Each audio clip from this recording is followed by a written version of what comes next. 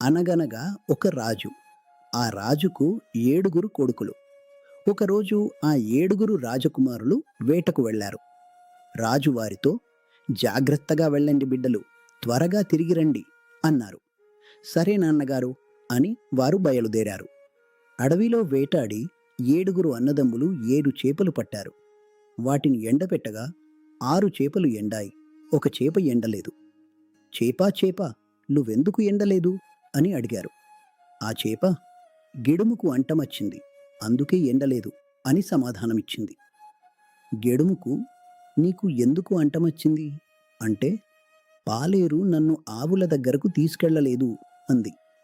పాలేరును అడిగితే, అవ్వ బువ్వ పెట్టలేదు అన్నాడు.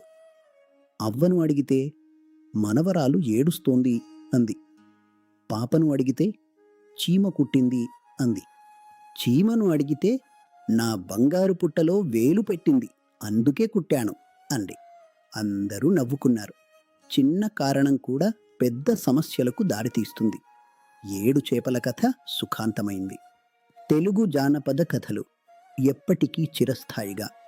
స్వస్తి.